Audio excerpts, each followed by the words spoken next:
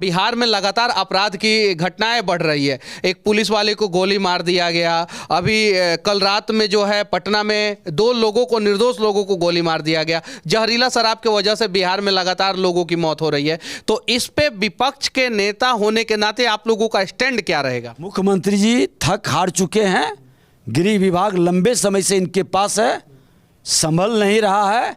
और ये मैं नहीं कहता हूँ, उनके उप मुख्यमंत्री जो थे वही कह रहे थे कि कुर्सी कुमार पलटू राम थक चुके हैं। आपके बच्चे का ही अगर ग्रेजुएशन जो है 6 साल में कंप्लीट होगा और बाहर जब नौकरी लेने जाएगा एमएनसी कंपनी में, तो क्या एमएनसी कंपनियां नौकरी देगी? तो बिहार के बच्चों का सेशन कैसे कंप्लीट होगा समय पे? के लिए जहां तक मुझको लड़ना पड़ेगा, सड़क से सदन तक लड़ाई लड़ूंगा, क्योंकि प्रतिभा का हनन राष्ट्र के पतन की ओर ले जाता है। आपके अलावा कोई क्यों नहीं विधायक या कोई मंत्री जो है नीतीश कुमार जी के गलत नीतियों पे सवाल किया? आपने किया, उसके अलावा आपके अलावा किसी ने नहीं किया। थाना खाना पूर्ति कर रहा है, संरक्षित कर रहा है शराब बेचने वाले गैंग को। और आज वो शराब बेचने वाले गैंग किस जमात से हैं? आपसे 36 का आंकड़ा क्यों रहता है नीतीश कुमार जी का? सवाल मैं आपसे पूछना चाहता हूँ, अगर वो चंद्रगुप्त मौर्य बनने का मौका आपको मिल गया, मैं तो चाणक्य की भूमिका में हूँ, अगर मौका मिला चंद्रगुप्त मौर्य बनने का,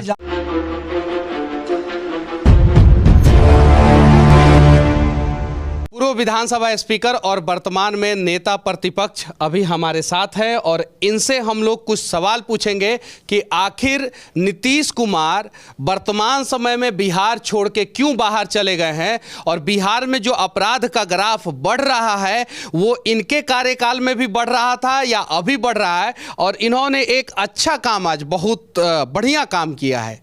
एक बच्चे को इन्होंने गोद लिया है जिसके पिता को कल रात में पटना में अपराधियों ने गोली मार दिया था। जो पिता जो है निर्दोष था और 6 महीने का बच्चा है। इन सब चीज़ों पे चर्चा करेंगे। सबसे पहले सर, सच तक न्यूज़ में आपका स्वागत है। धन्यवाद।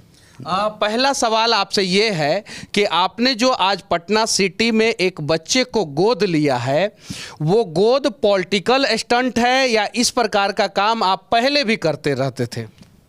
देखिए, मैं बता दूं कि विधानसभा अध्यक्ष के नाते सामाजिक नैतिक संकल्प अभियान हम लोग इस किताब के माध्यम से राष्ट्रपति महोदय ने शुभारंभ किया था और चला रहे थे। ये अभियान ऑलरेडी पहले से चल रहा है। यानी आप जो है ये, हाँ, ये तो बुक है और उसमें प्रिंट है कि अभिभावक विहीन बच्चों का अभिभावक बने और बच्चे विहीन अभिभावक गोद लेकर बच्चों का अभिभावक बने। जो शायद से कितने साल पुराना ये किताब है? लगभग ये 1.5 साल से ऊपर हो गया। तो इनसे सीखना चाहिए और भी नेताओं को और आगे आना चाहिए। बिहार में लगातार अपराध की घटनाएं बढ़ रही है। एक पुलिस वाले को गोली मार दिया गया। अभी कल रात में जो है पटना में 2 लोगों को, निर्दोष लोगों को गोली मार दिया गया। जहरीला शराब की वजह से बिहार में लगातार लोगों की मौत हो रही है। तो इस पे विपक्ष के नेता होने के नाते आप लोगों का स्टैंड क्या रहेगा? देखिए, ये बड़ा ही दुखद और दुर्भाग्य है कि 2005 और 2010 के बीच में ये स्वर्णिम काल था सुशासन का। 10 के बाद इनको 115 सीट जदयू को आया। माननीय मुख्यमंत्री जी का अहंकार बढ़ गया। अपने बलबूते एक सरकार की कल्पना करके इन्होंने 13 में गठबंधन तोड़ा। जो अराजकता फैलाने वाले जंगल राज के पुरोधा थे, जनता ने उसको रिजेक्ट कर दिया था। 10 में 23 सीट पर लाके खड़ा किया। 13 में उसके साथ इन्होंने मिल करके उसको ताकत दिए, एनर्जी दिए और उसका परिणाम है कि 15 में वो जीवित हो गया। से 22 तक ये आपके साथ थे। क्या लगता है कि फिर 2-3 साल बाद जो है गठबंधन तोड़ के वो आपके साथ आएंगे? क्योंकि नीतीश कुमार को अगर किसी ने नेता बनाया है तो बीजेपी के ही पंडित अटल बिहारी वाजपेयी, जो इन्हें रेल मंत्री और भी बहुत सारे मंत्रालय को दिया, और उसके बाद से जो है मुख्यमंत्री के कुर्सी पर बिठाने वाले अटल बिहारी वाजपेयी ही हैं। तो बीजेपी ने ही नीतीश कुमार को नेता बनाया है। देखिए, भारतीय जनता पार्टी के सभी लोग राष्ट्र हित में, समाज हित में काम करता है। चाणक्य की भूमिका निभाता है, चंद्रगुप्त के चक्कर में नहीं पड़ता है। अच्छा, चंद्रगुप्त को अब क्यों नहीं स्वीकार कर रहे हैं आप लोग? देखिए, ये चंद्रगुप्त से उम्मीद किए थे कि उस अराजकता को रोकेंगे, उस जंगल राज के पुरोधा के साथ गलबहियाँ नहीं करेंगे, लेकिन एक बार गलती करके आके कसम खाए कि हम अब ऐसा नहीं करेंगे, गलती हो गई ये, और दोबारा फिर वही खेल खेले हैं। जहाँ से गाड़ी चली थी वहीं पर गाड़ी पहुँचा दी है। आपसे 36 का आंकड़ा क्यों रहता है नीतीश कुमार जी का? नहीं, देखिए, हमने तो विधानसभा के अंदर भी साफ शब्दों में कहा था कि माननीय मुख्यमंत्री जी, विधायिका को कमज़ोर करके प्रशासनिक अराजकता समाप्त नहीं हो सकती है। और प्रशासनिक अराजकता पिछले कई वर्षों से प्रकट कई रूप में हो रहा था। हमारा धर्म बनता था विधानसभा के अध्यक्ष के नाते उस आसन पर बैठकर कि विधायिका को सम्मान मिले, विधायिका का जो कार्य है उसमें प्रशासनिक हस्तक्षेप न हो। तो ये तमाम जब पारदर्शिता से करने लगे तो इनकी बेचैनी बढ़ने लगी।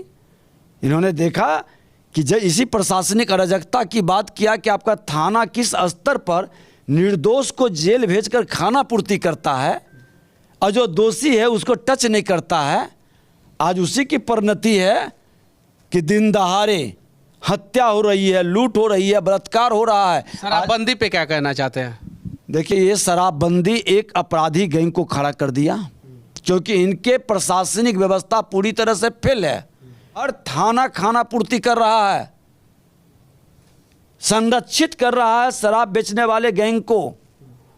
और आज वो शराब बेचने वाले गैंग किस जमात से हैं, किनके साथ हैं, अगर जो थाना से लिस्ट निकलवा लें, देखें कि कौन कौन इस धंधे में ज़्यादा फंसे रहे।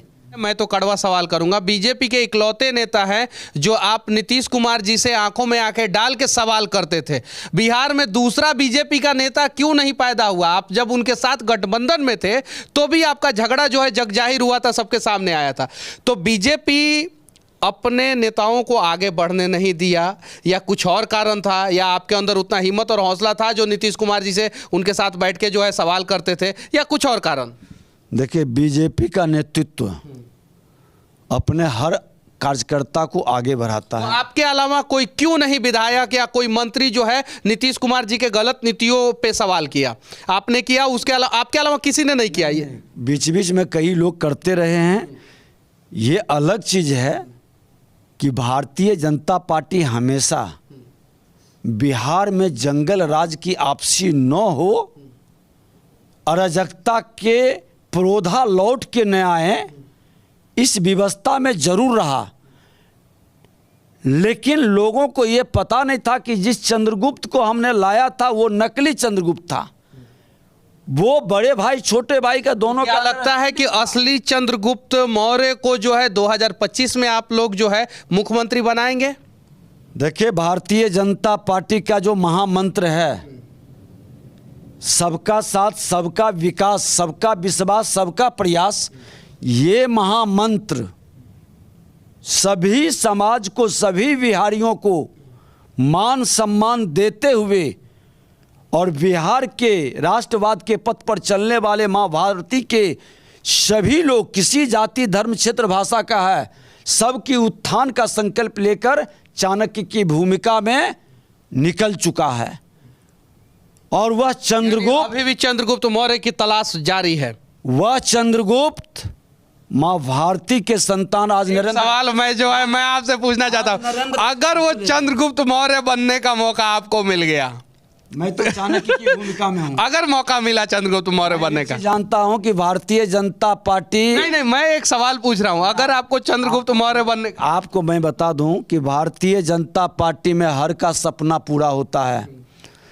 यही एक पार्टी है जो वंशवाद और परिवारवाद से अलग है। आज देख लें कि बुद्ध का कार्यकर्ता राष्ट्रपति और प्रधानमंत्री बन सकता है। यूनिवर्सिटी लेवल के बच्चों का जो सेशन लेट हो रहा है उस पे क्या कहना चाहते हैं? जो 3 साल का ग्रेजुएशन कोर्स है वो 6 साल में, जो 4 साल का टेक्निकल ग्रेजुएशन कोर्स है वो 7-7 साल 8-8 साल लग जा रहा है। और शिक्षा मंत्रालय अक्सर जो है नीतीश कुमार जी अपने पास, अपने पार्टी के पास रखे, क्या कहना चाहते हैं? देखिए, बड़ा भाई चरवाहा विद्यालय शुरू किए और छोटा भाई बेसिक शिक्षा व्यवस्था को किस तरह से तहस नहस करवा दिए। आज इनकी कई योजनाएं 10-10 हज़ार, 15 हज़ार, 20-20 हज़ार करोड़ का चल रहा है। कहीं 7 निश्चय में इनको आनंद मिल रहा है तो कहीं जल जीवन हरियाली में। अच्छी बात है, चले योजना, लेकिन हमारा लेकिन 7 निश्चय योजना में से एक भी योजना जो है वो सफल नहीं है, धरातल पे नहीं है, ये बात सत्य है। ये तो विश्लेषण सारी जनता कर रही है। हर घर का नल का जल, कौशल विकास के अंदर हमने निकाला, जो प्रतिवेदन उपस्थापित सदन के अंदर करना था, जिसमें कई करोड़ के घोटाला सदन के अंदर उठा। यूनिवर्सिटी का सेशन समय पे कैसे होगा? चूंकि बिहार बदनाम हो जाता है जब आपके बच्चे का ही अगर ग्रेजुएशन जो है 6 साल में कंप्लीट होगा और बाहर जब नौकरी लेने जाएगा एमएनसी कंपनी में, तो क्या एमएनसी कंपनियां नौकरी देगी? तो बिहार के बच्चों का सेशन कैसे कंप्लीट होगा समय पे? देखिए, हायर एजुकेशन पर ये लोग का स्टेटमेंट आया कितना शर्मसार करने का कि गवर्नर साहब इसके हैं। हमारे तो गवर्नर कई स्टेट में हैं, यूपी में, एमपी, कई स्टेट में आज बीजेपी के गवर्नर हैं। वहाँ सब सिस्टम में है। सरकार की फेल्योर नीति के कारण और जदयू के ही लगातार शिक्षा मंत्री होने के कारण इसकी जिम्मेवारी लेनी चाहिए और शिक्षा मंत्री से ज़्यादा मुख्यमंत्री को जिम्मेवारी लेनी चाहिए, लेकिन ये जिम्मेवारी तो लेंगे नहीं। भारत में जितना राज्य है उन सभी राज्यों में से इकलौता राज्य बिहार है जिसे Guinness book of world record का सम्मान देना चाहिए, जहां पे कभी भी ग्रेजुएशन का कोर्स जो है समय पे कंप्लीट नहीं होता है। कोरोना काल में भी भारत के किसी भी राज्य का यूनिवर्सिटी का सेशन लेट नहीं हुआ, लेकिन बिहार के यूनिवर्सिटी का सेशन लेट हुआ। विपक्ष का नेता होने के नाते बीजेपी उन बच्चों के लिए क्या करने वाला है भविष्य में, खासकर बिहार के यूथ के लिए? हमने जो यूनिवर्सिटी से जुड़े हुए बच्चे थे, आए थे, मिले भी थे, हमने कहा है कि आपके विषय को लेकर हमने गवर्नर साहब से मिला, हम शिक्षा मंत्री जी से भी जिस समय स्पीकर थे उस नाते कही कि ये उसके भविष्य से जुड़ा है और इन बच्चों के लिए जहाँ तक मुझको लड़ना पड़ेगा, सड़क से सदन तक लड़ाई लड़ूंगा, क्योंकि प्रतिभा का हनन राष्ट्र के पतन की ओर ले जाता है। जब से सरकार बदली है उसके पहले भी लाठीचार्ज होता था, हालांकि जब आप लोग भी सरकार में थे तो अभी भी लाठीचार्ज हो रहा है। लगातार टीचर आंदोलन कर रहे हैं, उनके ऊपर ज़बरदस्त तरीके से कभी किसी का सर फाड़ दिया जा रहा है, किसी के हाथ में तिरंगा हो रहा है, उसको भी कूटा पीटा जा रहा है, डीएसपी के अभ्यर्थियों को कूटा पीटा गया। इस पर क्या कहना चाहते हैं? देखिए, आज जो सरकार में आए हैं बड़ी बड़ी बातें करते थे, जो बोलता था केजरीवाल के तरह सब गछ लेते थे कि ये कर देंगे, वो कर देंगे, सब परमानेंट कर देंगे, सारी सुविधा फैसिलिटी दे देंगे। आज उप मुख्यमंत्री बन के बैठे हैं, मुख्यमंत्री जी हैं। 10 लाख उप मुख्यमंत्री घोषणा किए तो इन्होंने बागे बढ़ के उसको 20 लाख कर दिया। बोलना तो ही है, करना तो कुछ नहीं है, करनी कथनी में कोई समरूपता नहीं है। बिहार के लोगों को वर्गलाना है और जहर की खेती कर करके लोगों को आपस में लड़वाना है। क्या नीतीश कुमार जी 2024 में प्रधानमंत्री बनेंगे और नीतीश कुमार के वजह से बीजेपी को प्रत्यक्ष रूप से बिहार में नुकसान होगा? जो राज्य नहीं संभाल सका, जो व्यक्ति भ्रष्टाचार पर जीरो टॉलरेंस की सिर्फ बात करते हैं और आज ब्लॉक से लेकर थाना तक, पंचायत से लेकर के जिला से लेकर के स्टेट तक भ्रष्टाचार का एक वातावरण बना हुआ है, पूरी पारदर्शिता से जो व्यवस्था नहीं बना सकते हैं, उसको देश स्वीकारेगा? जो अपने स्टेट के अंदर ये हत्या, अपहरण, लूट, बलात्कार का माहौल, एक भय का वातावरण बन गया। अभी तो देखिए कि 2 दिन के बाद 1 महीना पूरा होने जा रहा है सरकार का। मुख्यमंत्री जी थक हार चुके हैं, गृह विभाग लंबे समय से इनके पास है, संभल नहीं रहा है। और ये मैं नहीं कहता हूँ, उनके उप मुख्यमंत्री जो थे वही कह रहे थे कि कुर्सी कुमार पलटू राम थक चुके हैं, इनसे संभल नहीं रहा है, ये बेशर्म मुख्यमंत्री हैं। ये सारा उपमा अलंकार वही दिए हैं। क्यों इतना मनोबल बढ़ा है? और क्यों आपका प्रशासन इतना कमज़ोर हुआ, उसका मनोबल गिरा है। आज आपके प्रशासन पर गोली चला करके एक सिपाही को शहीद कर दिया। कल हम जा रहे हैं मसौढ़ी, ये क्या हो रहा है बिहार के अंदर। अच्छा, एक सवाल और आखिरी है, क्या जितने भी निर्दोष लोगों की हत्या हो रही है बिहार में, क्या उनके परिवार वालों के एक सदस्य को सरकारी नौकरी मिलना चाहिए? ये तो उप मुख्यमंत्री तेजस्वी यादव जी घोषणा किए थे। उन्होंने कहा था जब उग्रवाद और आतंकवाद के कारण मरता है तो सरकार की सहानुभूति जगती है। तो अपराधियों की गोली से जो शिकार होता है, आज सत्ता में बैठे हैं, उसको सरकारी नौकरी दे, उसके बच्चों की पढ़ने की व्यवस्था बनाए। सरकार नेता प्रतिपक्ष का कहना है कि अगर बिहार में किसी भी निर्दोष का हत्या किसी भी प्रकार से अपराधियों के द्वारा किया जाता है तो निर्दोष के परिवार वालों के एक सदस्य को उसके पढ़ाई के अनुसार जो है एक सरकारी नौकरी दिया जाना चाहिए। बाकी बिहार के अपराध की घटनाओं को कैसे लगाम लगाया जाए, बिहार को आगे कैसे बढ़ाया जाए, 2025 में बिहार में किसकी सरकार बनेगी, इन सब चीज़ों के बारे में आप लोग क्या सोचते हैं कमेंट करके जरूर बताना।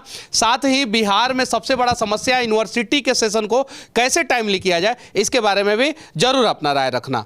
जय हिंद।